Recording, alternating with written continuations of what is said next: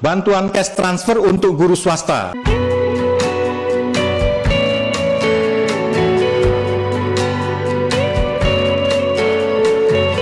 Bantuan cash transfer, PGSI mendukung rencana Bapak Presiden memberikan bantuan cash transfer kepada guru-guru yang belum sertifikasi, ya, yang katanya nanti besaran dan jumlahnya akan di penerimanya juga akan disampaikan pada tahun ini 2025. Tetapi faktanya memang guru-guru swasta, baik yang belum menerima, lebih-lebih itu yang belum menerima, dan termasuk yang sudah terima, itu rata-rata masih di bawah kebutuhan hidup layak, ya.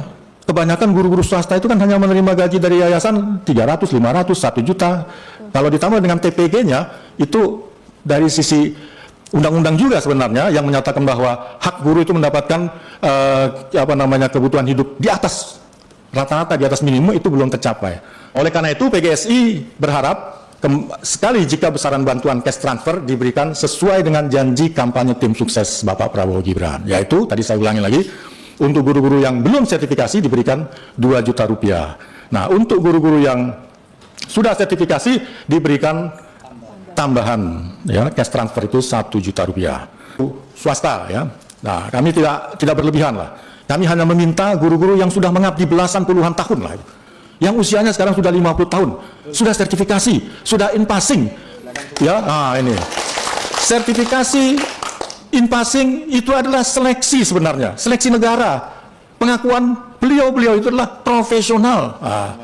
Nah, itu. Jadi kita berharap begitu, dengan seleksi, sertifikasi, dan in passing, guru-guru ini sebenarnya sudah berhak secara otomatis diangkat sebagai ASN, meskipun berstatus P3K saja, ya.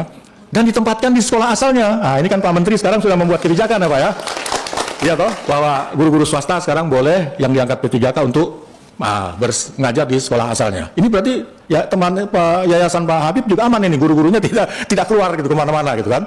Nah, saya kira ini hal yang sangat penting, kita apresiasi itu ya Pak Menteri. Nah, aspirasi yang keempat adalah penghargaan pemerintah terhadap guru swasta yang memasuki masa purna bakti. Ini aspirasi guru-guru swasta itu. Begitu ya Ibu Bapak ya, teman-teman di daerah, isinya seperti itu. Tolong yang pensiun 60 tahun, ya, yang PNS saja, nih kami di Jakarta, Bu, saya lulus, saya pensiunan dari sekolah menengah, sekolah SMU unggulan, SMU Negeri Unggulan Ahmad Tamrin di Jakarta, saya ini, ya, terakhir saya pensiun di sana, Jakarta Timur. Jadi Ibu Bapak yang mau studi banding ya, silahkan undang saya nanti ya diskusi soal SMU Negeri Unggulan, karena kan pemerintah sedang ingin membuat itu. Nah, berapa di Jakarta? 18 juta penghasilan saya, Ibu. Tapi begitu pensiun 3.700.000. Nah, 18 juta dari mana itu Pak ya? Gaji saya dengan 35 tahun itu sekitar 5 juta terakhir, ya, 5 juta. Tunjangan profesi gaji pokoknya berarti sama 4 sampai 5 juta, udah 10 juta. Nah, ditambah dengan tunjangan kinerja daerah itu. Di DKI itu tunjangan kinerja daerah itu antara 3 juta sampai 8 juta Ibu Bapak. Nah, saya kebetulan sudah termasuk senior, jadi mendapatkan tunjangan 8 juta gitu ya. Sehingga ya sekitar itu 18 juta saya dapat. Tapi begitu pensiun 3,7 juta.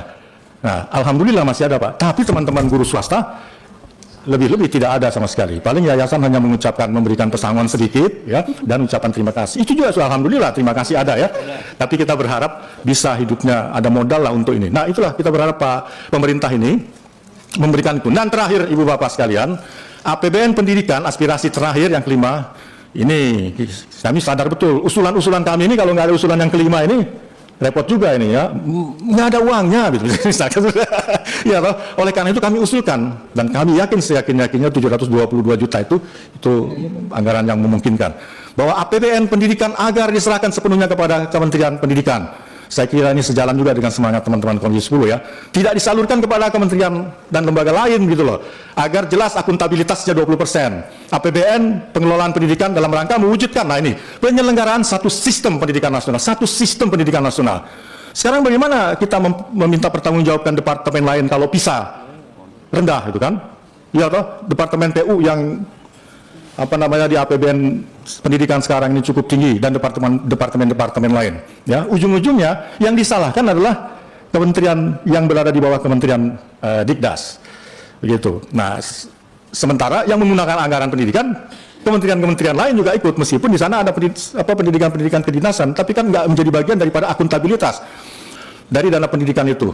Nah, itulah Bapak Ibu. Nah, terakhir ya ini fokus anggaran. Nah, ini fokus anggarannya kemana? Ya penuntasan peningkatan wajib belajar 13 tahun. Ya. Kalau perlu, kalau nggak salah saya pernah juga baca negara Kuba itu sudah university for all gitu ya. Jadi bukan lagi education for all, tapi university sudah naik ke tingkat universitas. Kita masih 13 tahun SLTA. Nah, perbaikan pada 6 tantangan pendidikan yaitu rendahnya skor PISA, indikator Human Capital Index, rata-rata lama sekolah, kompetensi dan kesejahteraan guru, lalu partisipasi PAUD yang dimana PAUD ini menjadi penting Ibu Bapak. Karena mereka lah yang nanti akan menjadi orang anak-anak yang mengisi Indonesia Emas tahun 2045.